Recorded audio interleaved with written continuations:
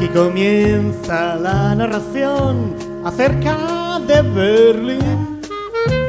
Luego de vivir la destrucción fatal, la Segunda Guerra Mundial, los ganadores querían dividir este gran país.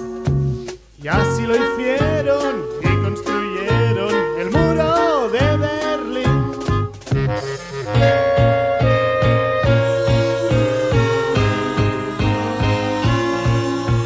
30 años duró.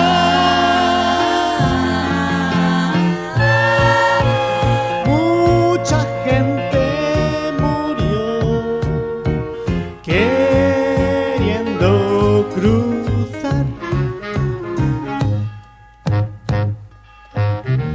Este es el Reichstag que Hitler quemó, luego lo arregló, gobernando, enloqueciendo y luego invadió. La Gran Guerra así comenzó. Aquí en Brandeburgo se atestiguó la invasión de Napoleón. La Segunda Guerra se puso bien perra y Hitler se murió.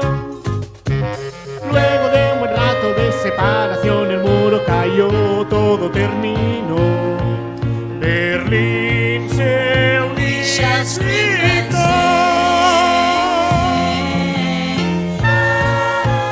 La gran celebración esta ciudad vivió. Esta es la torre de televisión que Rusia construyó. Desde que se transmitía la información, y hoy también es un mirador. Años, momentos, son monumentos para recordar. Cuántas historias, tantas memorias. Adiós.